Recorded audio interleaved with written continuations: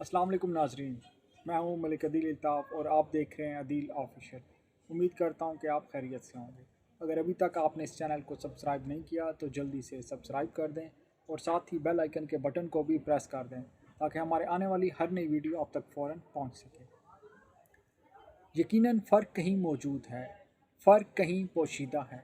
नाकाम और कामयाब लोगों के दरमियान, अमीर और गरीब के दरमियान, ऑफिसर और मातहत के दरमियान, मुकर्रर और सामे के दरमियान, तस्वीर और नाज़िर के दरमियान, लीडर और मुक्तदी के दरमियान, राइटर और कारी के दरमियान, मुअज्जिद और ख़रीदार के दरमियान, हाकिम और महकूम के दरमियान।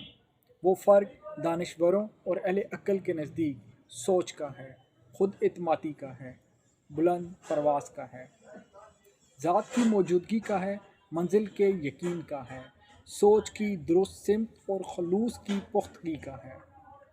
हर कामयाब शख्स हमारे लिए एक दरसगाह है और हम इस दरसगाह के तालिब इल्म हैं।